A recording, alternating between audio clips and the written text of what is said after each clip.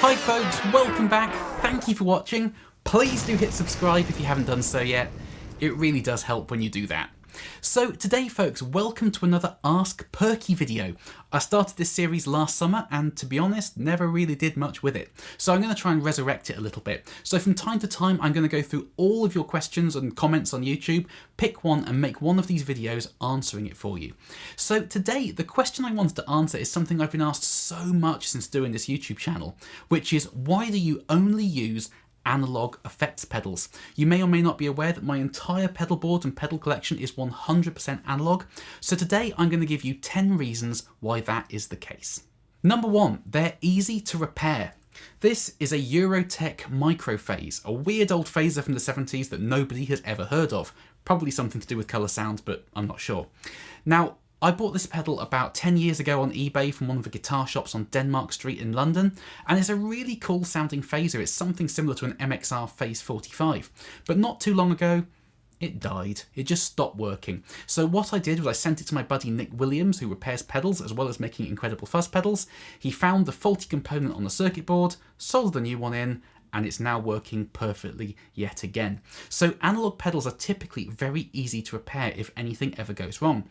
Digital pedals on the other hand are much more difficult, and generally it's much more economic to just bin the pedal and buy a new one because digital stuff is very tough to repair. Now that doesn't really sit well with me. If I'm going to buy a piece of music gear, I want it to last me a lifetime, which digital very rarely does. Analog stuff, you can just keep patching it up and it just keeps working. Number 2, less current draw. Now this is slightly less important nowadays with all the big fancy power supplies we're all using, but analog pedals typically draw a lot less current than digital pedals. This is an original LPB1 here, and this, when it's turned on, uses about 5 milliamps of power. A digital pedal will use 4, 5, 6, 7, 8, 100 milliamps of power. So you can't power a digital pedal with a battery, but of course you can power an analog pedal with a battery. And if you're someone who likes to use a daisy chain on your pedal board, which I really wouldn't recommend, isolated power is king, but if you do like to use a daisy chain, you can pretty much chain 5 or 6 analog pedals off a 200 milliamp supply, no problem whatsoever. Not the case with digital. Now I use the gig rig generator system and that thing kicks out 5 amps, so you can pretty much use infinite analog pedals on this system. With digital pedals, it's going to eat that power up very quickly. Number 3, they're not outdated quickly. Now this is a 1978 Electric Mistress flanger, arguably the best flanger ever made. I personally don't think it has ever been bettered, but this pedal's getting on for being about 50 years old now, and to me it's still as perfect and inspiring to use as the day it left Mike Matthews' factory. Now with digital pedals from say 20 years ago even, how many of those are still relevant and good in 2020? Now there are a few, granted, the Digitech Whammy for example, the Line 6 DL4, a lot of people like that, the old Boss DD Delay series, but the list is a lot smaller because typically digital pedals become outdated very quickly. If you buy a pedal, 5 years down the line the technology moves on so fast that your pedal will pretty much be obsolete and not worth very much money. Whereas analog pedals are all based around transistors and capacitors and things like that, technology that's been around for about 100 years or more, so these never really become outdated. Buying an analog pedal is a pedal for life. Number 4, less option paralysis. Now this is definitely something that I suffer with myself. I've had pedals before with like 16 knobs on them, and I spend so much more time tweaking the pedal than I actually do playing the bloody thing. Now this is a 1974 MXR Phase 90. One knob, I set the speed to roughly where I want it to be, I plug in, and I play it and enjoy it. I'm not tempted to sit there tweaking every single thing. And especially with pedals nowadays where you can have an app on your phone and edit every parameter of every effect, I think it really slows down creativity, at least it does for me, because I spend so much more time playing with the pedal than actually playing the pedal. Number 5, the tone. Now we can play tone buzzword bingo here using all the cliches that you read over on the gear page. Analog pedals are warm, they're chewy, they're natural, they're organic. Now that's a light-hearted take on it, granted, but analog pedals do typically sound different to digital pedals. Analog pedals have imperfections, whereas digital pedals typically don't. Take something like the old Boss CE1 here. Now again, I don't think this has ever been bettered as a chorus pedal, but it's huge, it's mains powered, the preamp distorts, but it's just the most inspiring sound to use.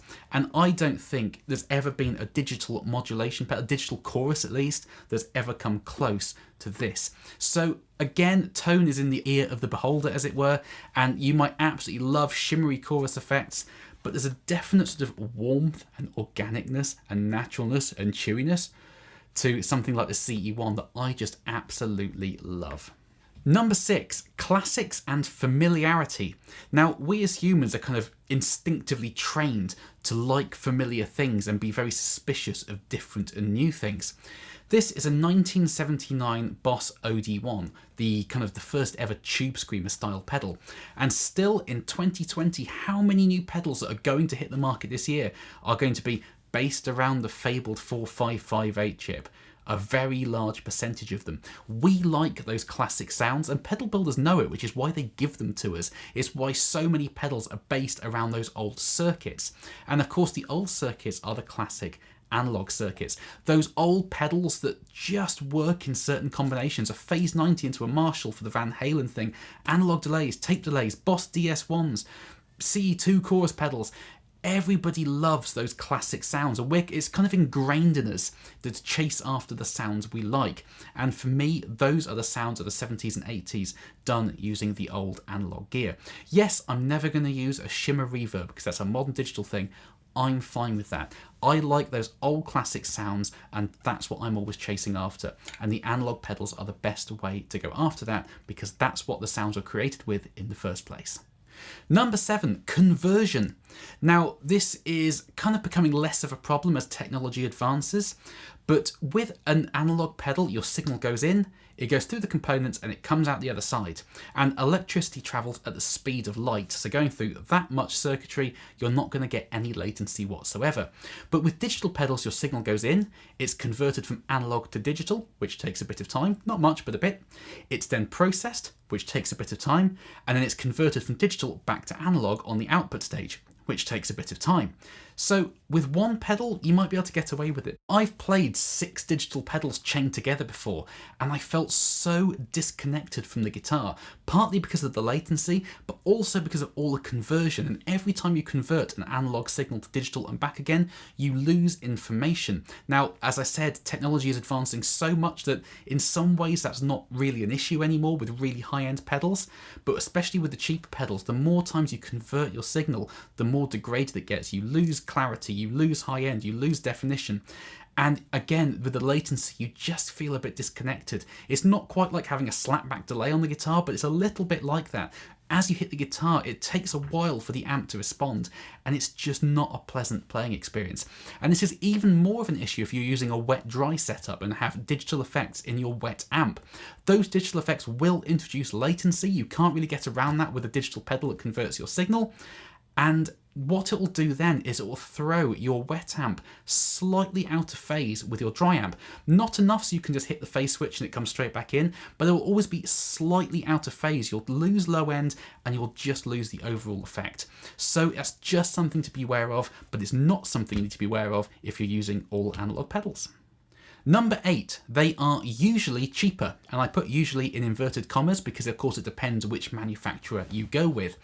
But especially at the cheaper end of the market, cheaper analog pedals will typically sound much better than cheaper digital pedals. Once you get into the higher price brackets, granted the lines are a lot more blurred, but cheaper analog pedals, say like a Tube Screamer clone that Behringer knocks out for 30 quid, that's going to sound great.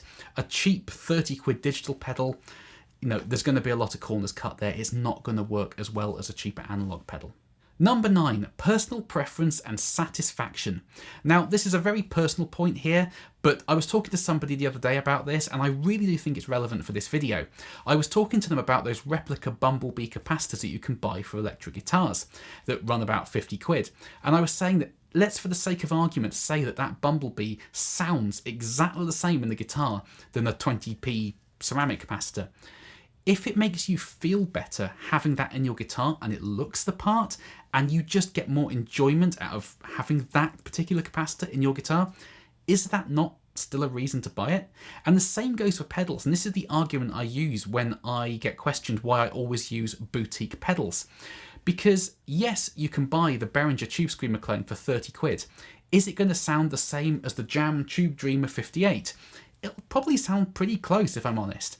But of course the Jam costs a lot more, so why did I buy that one over the Behringer?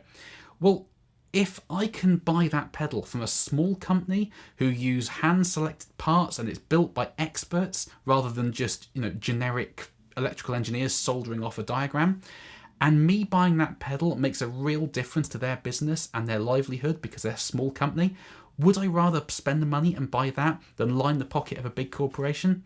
Yeah, that makes me feel better. Some people will fiercely disagree with me. They're only going after sound and they want it as cheap as possible. And I totally get that. If a 30 quid Behringer Tube Screamer is all you can afford, absolutely go for it. Get the sound.